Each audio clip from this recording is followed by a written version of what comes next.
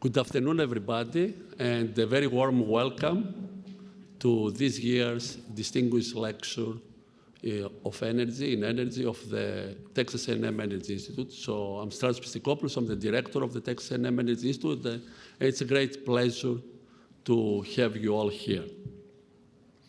We are living in an era where, energy, which is always something that, drives the economy and the growth around the world, we see a revolution that is happening and shaping the economies around the globe, and energy transition becomes a particular focus of society. It's a huge society driver, and we the Texas A&M energy research community, we play a key role in trying to elucidate, provide, connect the dots of the various components which play a pivotal role in such an energy transition, including the technologies, the enabling materials, the societal impact criteria, sustainability issues, life cycle analysis, safety, security, resilience, and trying to model through what we call energy systems engineering, various scenarios, so that we provide some risk analysis and risk management of where to invest, when to invest, what pathways are most likely to be the most important one from a techno-economic and sustainability point of view and the like. In that remit, we are very fortunate and privileged to have with us today's distinguished speaker, Dr. Michael Kerby, from Exxon Mobil. Mike has been he started as a chemist, which is good, so he understands the fundamentals of where technology can be understood. He did his undergraduate studies in chemistry from the University of Dayton, and then he moved to UT, where he did his doctoral degree. He completed a postdoc at California, the University of California in Berkeley, and then he started his career over the last 33 years within Exxon at the various companies within the Exxon Mobil group.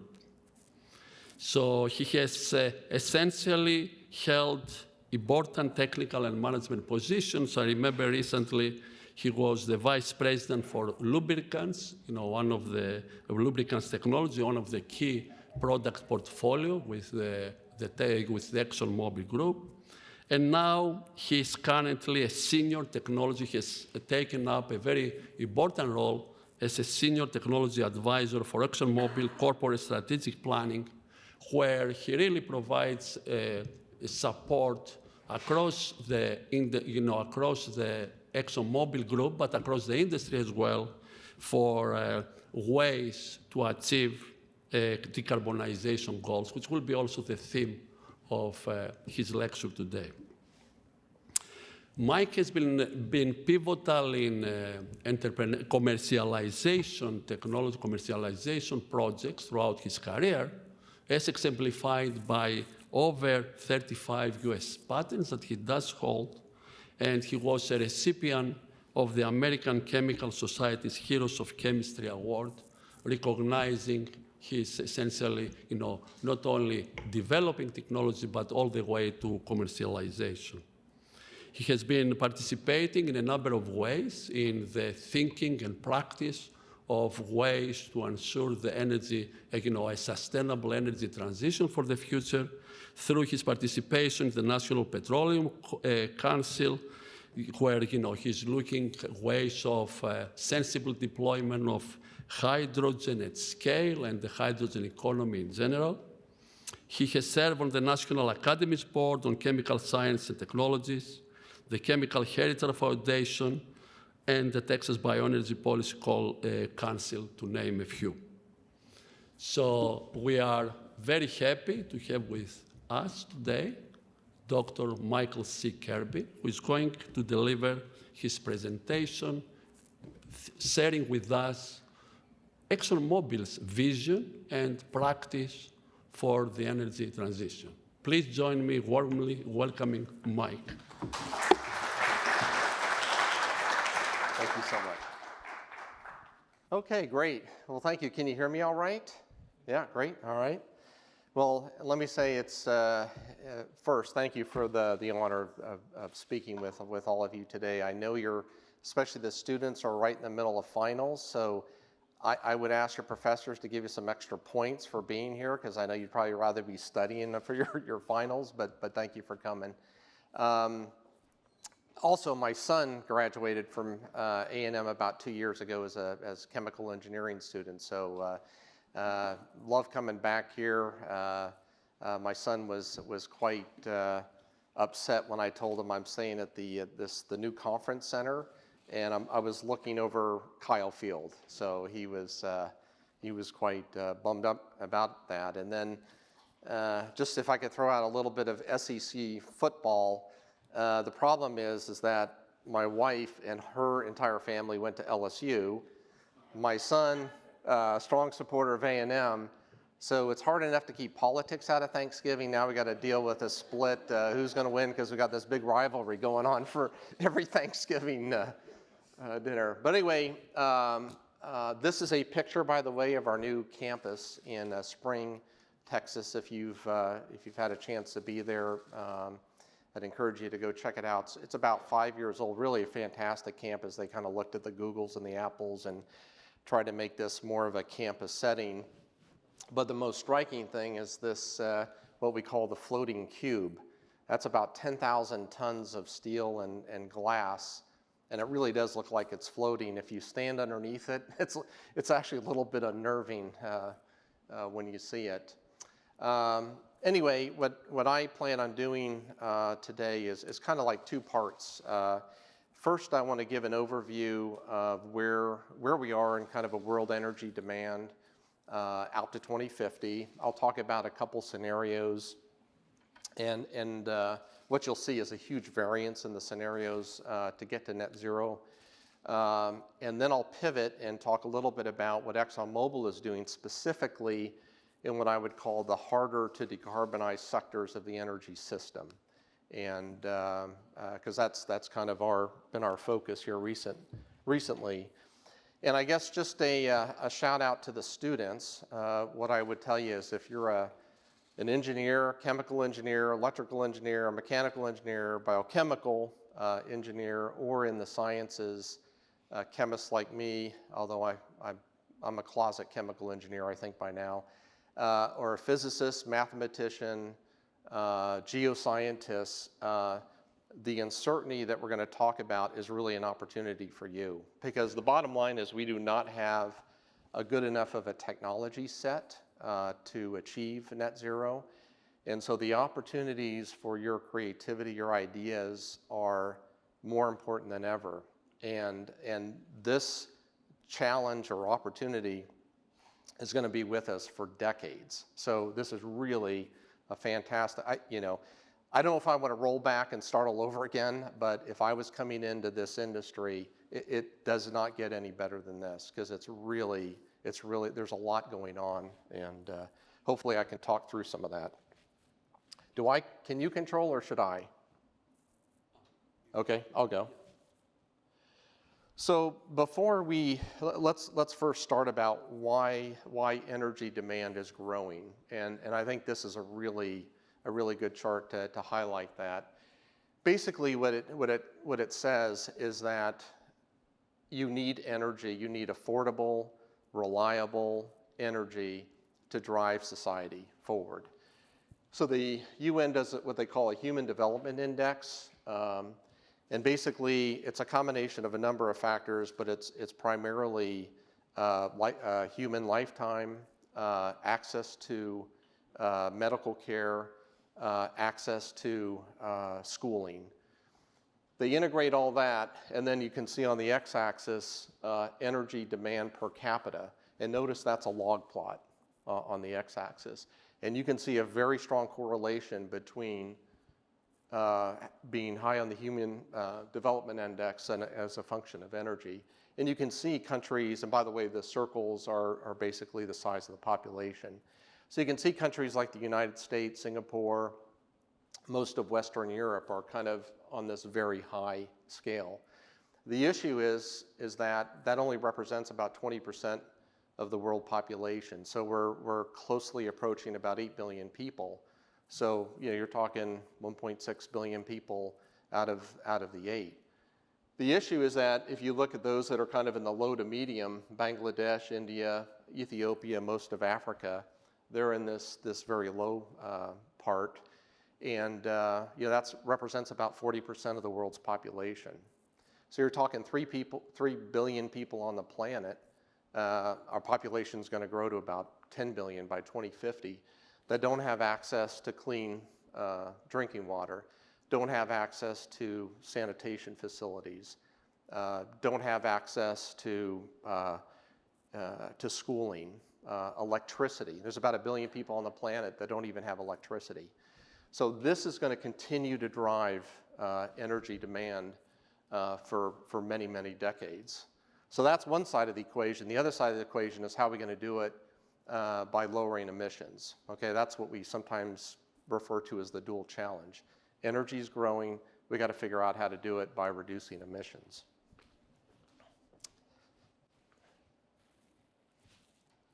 So I'll just tick through all 3 of these. Whoops.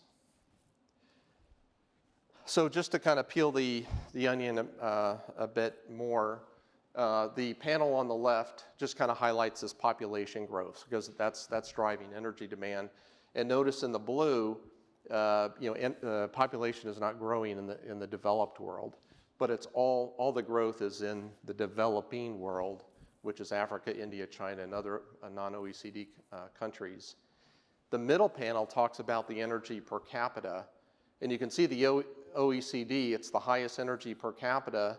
It's decreasing because of enhances in efficiency, but you can see China, Latin America, and India, they're all growing in energy per capita. And even though the final panel shows that from an energy demand growth perspective, even though the developed world is going to decrease by 20% or minus 20, I don't know why we use these terms, quadrillion BTUs, but there's going to be a factor of 5 increase in the developing world. So that's kind of the offset. Okay.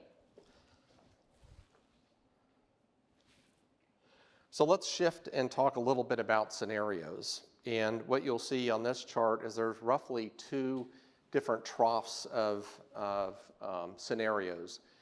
There's what's called, the current trajectory of what we're on right now.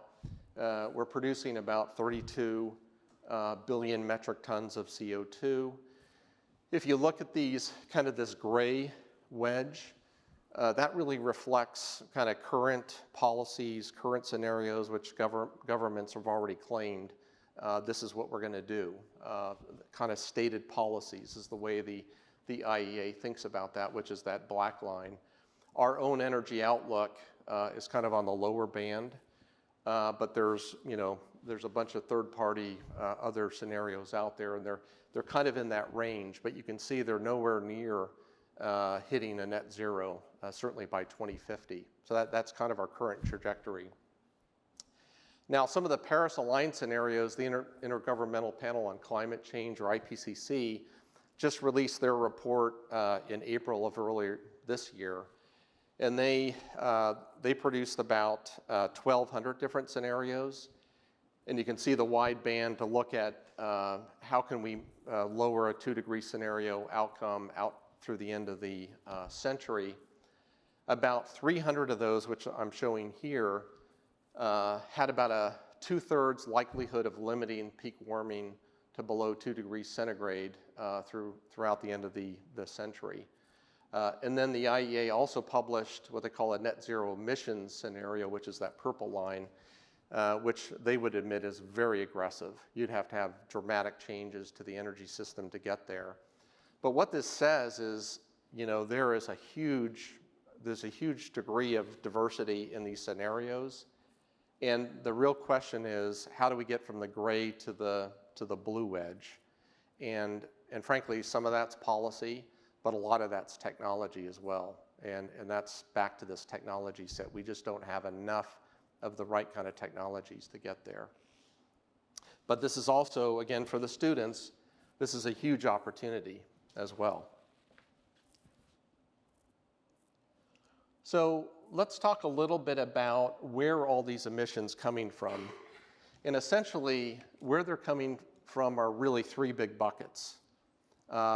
If you allow me to couple the greens, the light green and the two green colors, that's basically transportation. So it's light duty transportation and commercial. So light duty is passenger vehicles, commercial transportation are things like heavy duty trucks, shipping, airlines. Industrial, which is blue, that's everything from refining, petrochemicals, steel manufacturing, cement, and probably ammonia production. Those are probably the big five that produce most of the emissions in that blue. And then of course, electricity generation is in the red, so that's power gen. And so for the outlook, again, that stated policies that I mentioned, by 2050, you would have to reduce the overall energy system by about 25%. If you took the average of those IPCC, all those gray, those 300 scenarios, you'd have to have a 75% reduction in CO2 emissions. So these are very, very dramatic reductions. And as I'll talk in a minute, these are hard to decarbonize sectors as well. And that's what I'll also highlight. To get there is going to require a step change in deployment of technologies, some to the pace that we've never seen. So for example, you can see kind of to achieve the 22 outlook out to 2050 or the average IPCC, you see factors of 2.5, 3.5 for nuclear, wind, 2x, 4x. This is all versus relative to historical deployments. So this is a dramatic increase in the number of deployments to get to these kind of CO2 emissions. A big one that really stands out is carbon capture and storage. You see that 2 orders of magnitude rates of deployment to get these rates of to be able to achieve these kind of reductions in CO2. Okay, so that was kind of part one, which was kind of the scenarios, where we are. You see a lot of there's a lot of diversity, a lot of new technologies that are required. Now I'm going to pivot a little bit and talk kind of specifically what ExxonMobil is doing. And we spent quite a bit of time talking about, well, how can we make an impact, from a company perspective? And really what it came down to is how do our capabilities fit with the types of problems that we see out there. And when you think about the capabilities we have, which is catalysis, material science, process intensification, geoscience, what we ended up on is the 3 areas that we thought we could make the biggest impact were carbon capture and storage, hydrogen, and biofuels, and I'll talk about each one of those in a minute. Now that doesn't mean that we're not interested in geothermal or offshore wind. We get a lot of questions. Well, why don't you do some work in solar? We really don't have capabilities that we would say could really make a difference, and actually make a difference for our shareholders as well. So it's not that we're not interested in those areas. In fact, ExxonMobil is one of the largest purchasers of solar and onshore wind to fund or to power our own facilities. So what I would tell you is we need all of this. We need all of these low carbon solutions, but our initial focus are those 3. And just to give you a view of the market size here, I've got small and large. Small is $1 trillion, large is 10 trillion. So these are huge, huge markets that are important to get after this energy transition. So again, I'll talk through each one of these, starting with biofuels. And we want to be a leader in biofuels. We have biofuels projects going on throughout the world. This is one I picked. This is at our Strathcona refinery in Canada. And basically what we're interested in is taking vegetable oils, agricultural waste, woody biomass. Those are typically thought of as secondary biofuels. We're even looking at what sometimes people refer to as third generation biofuels like algae. And back to our capabilities, we know how to convert hydrocarbons. Now these hydrocarbons are very different than the oil-based hydrocarbons, but we feel with our process know-how, our catalysis know-how, we can convert those molecules into low carbon intensity biofuels that importantly, this is an important point, use existing infrastructure and, oh, by the way, also use existing internal combustion engine systems. So for heavy duty trucks, shipping, airlines, they need high density liquid fuels. Doesn't mean that hydrogen fuel cells could not be important in the future, but we've got hundreds of millions of vehicles on the road today. And if we could get biofuels scaled up, we could actually make a huge dent in the transportation sector by using low carbon intensity biofuels. And again, we're trying not to compete, food for fuel, so that's why we've focused on these second and third generation biofuels. So a specific project is the Strathcona Project. Again, this is one of our refineries in Canada. What's interesting about this one, we're actually going to integrate two low carbon technologies. We're taking a bio feedstocks that's locally sourced close to the Strathcona refinery, and blue hydrogen. I don't know if you've heard about the color wheels of hydrogen, but blue hydrogen is basically steam methane reforming of natural gas coupled to carbon capture and storage. So it's essentially, that combination can be a very, very low carbon intensity renewable diesel. So this will be about a 20,000 barrel a day facility. We have a startup in about a year and a half.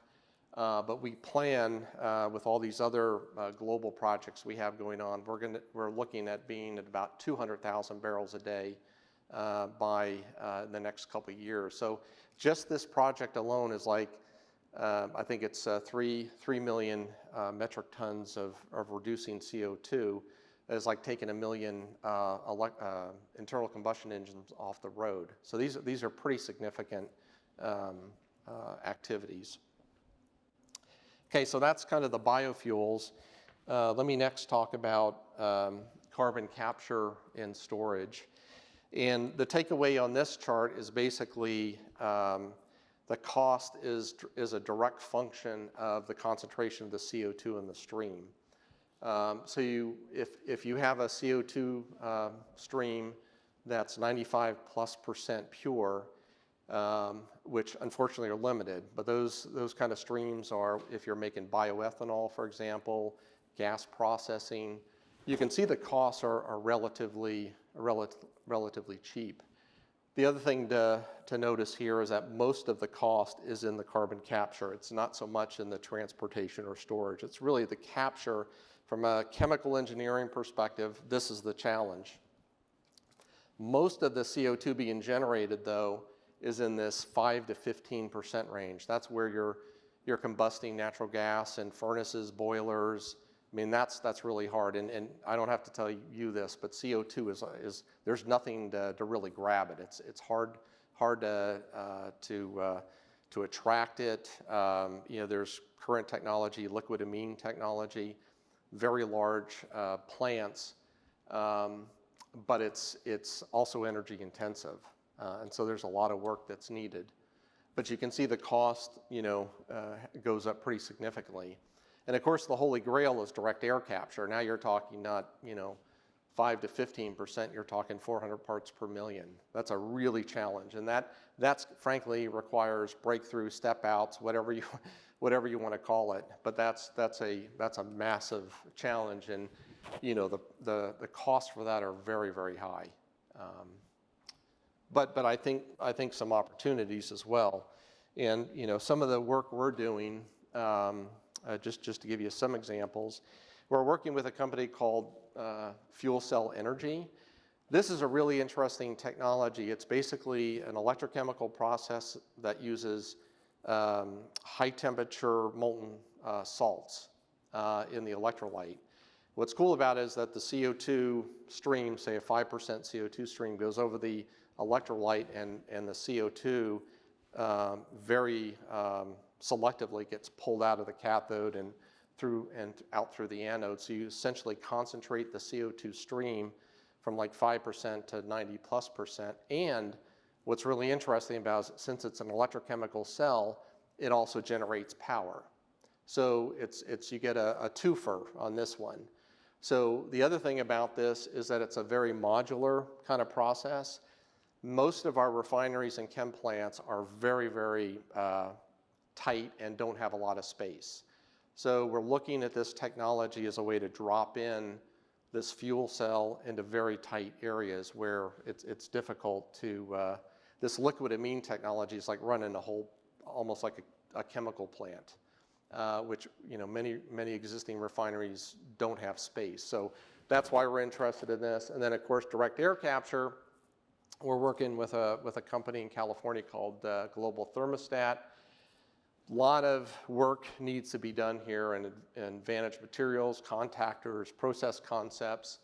And then we have a whole front end, what we just call, I'll just call it new leads. And you can see all the different things we're working on.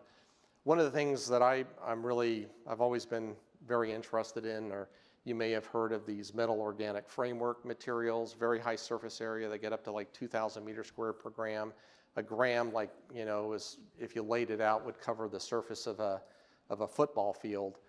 But we've been working with folks like Berkeley to basically see if we can append liquid amines inside the metal organic framework to very selectively take CO2 out of very, very dilute streams. So this is the type of work that we're looking at. We're looking at advanced contactor systems, process intensification. All that stuff is needed to make this, to make direct air capture a reality. But a lot of exciting stuff that's underway, but still yet to be developed. As far as specific projects, since you're not that far from Houston, there's been quite a bit of talk about Houston hubs, and the DOE. I'm on this National Petroleum Council study. The DOE has set up or proposed 8 different hubs across the United States as a way to kind of kickstart some of this work. And Exxon Mobil was one of the first ones for the Houston hub. There's like 14, 15 companies now that have signed up. All these blue circles here is EPA data showing CO2 emissions. And what you see is the huge, the concentration of industry all the way from Corpus Christi, Houston, Baytown. The other blue in Louisiana is up and down the Mississippi River. This is basically the huge concentration of industry that we have along the Gulf Coast. We also, though, are very in close proximity to probably one of the largest CO2 storage systems in the world, which is the Gulf of Mexico. We have 500, the U.S. Geological Survey says we have at least 500 billion tons of CO2 storage. That's essentially, if I recall right, it's about 130 years of all the industry that occurs in, all the industry that's producing CO2 in the United States. So storage capacity is not an issue, but you got to be close to it. You got to have pipelines and all that and permits, get that. But this is where a lot of CO2 is being generated in North America and the United States. And so that's why there's so much focus in this part of the country.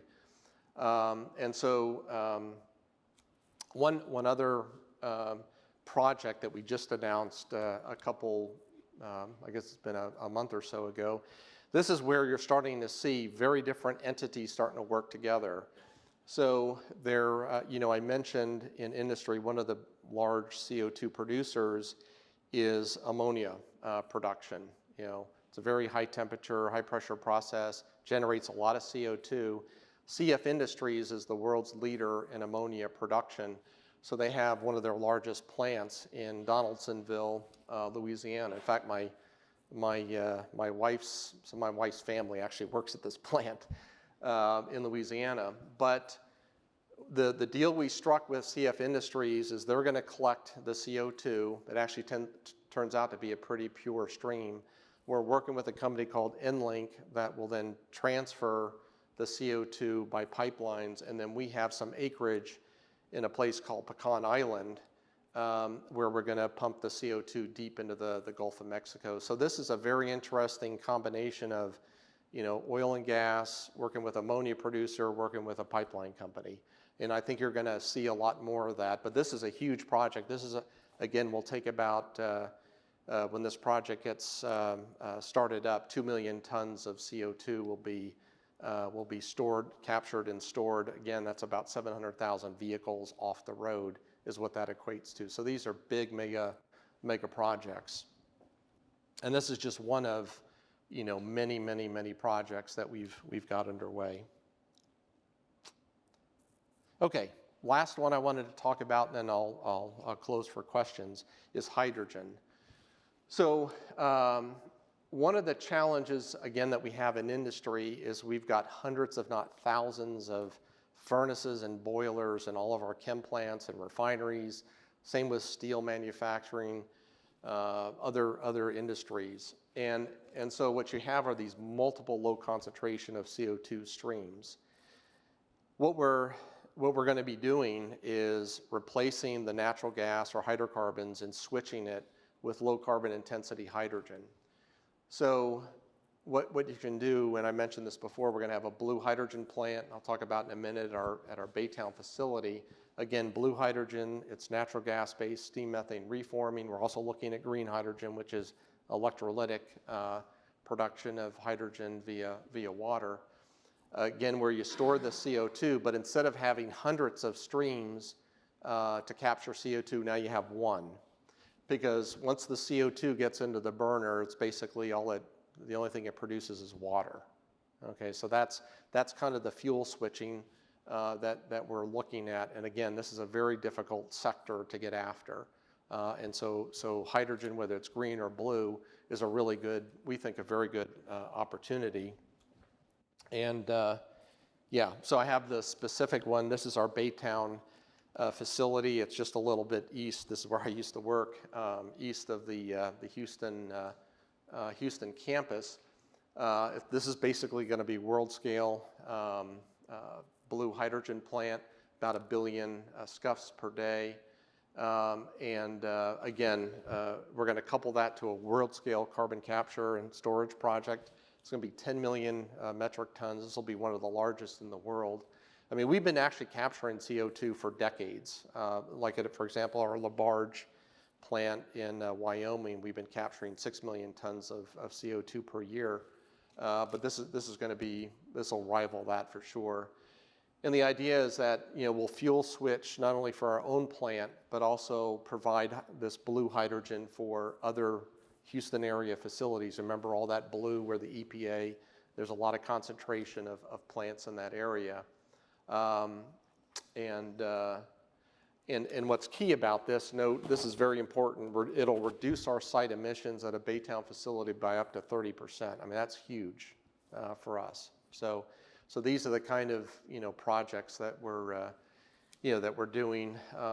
And again, on this National Petroleum Council study that I'm on, there's a huge increase, a huge interest in hydrogen in general because it has a lot of options, whether it's in transportation for hydrogen fuel cells, for transportation, for industry, and actually even for power. They're talking about using hydrogen for long-term storage of power, particularly if you're talking days or weeks, and that will help enable greening up the grid. Okay, last one, just to reinforce that, there's a lot yet to be done. We're working with a whole bunch of, small companies. I think we're working with more than 80 universities, all the national labs. But the lens that we we're very focused on the fundamentals. I used to run our corporate strategic research labs. We're very focused. I know you were at one of our capability studies, but we're very focused on the fundamentals. But what we, I think, do quite well is the lens that we put on is, can we scale it? If you can't scale it, it doesn't matter. And that's usually the toughest lens as these projects go forward, is can you actually commercialize it on the types of scales that we're talking about. And that's really one of the biggest challenges in moving a lot of these technologies forward. So I'll close there. Hope I didn't go too far. Thanks again for your attention. Again, kind of the key message is that the world's going to continue to need energy. It's got to be affordable, reliable, but we also have to figure out a way to reduce CO2 emissions. That's the dual challenge. And again, for those students here, there's a lot of opportunities to really make a difference in this energy transition, and it'll be with us for quite some time. So thanks again. Thank you.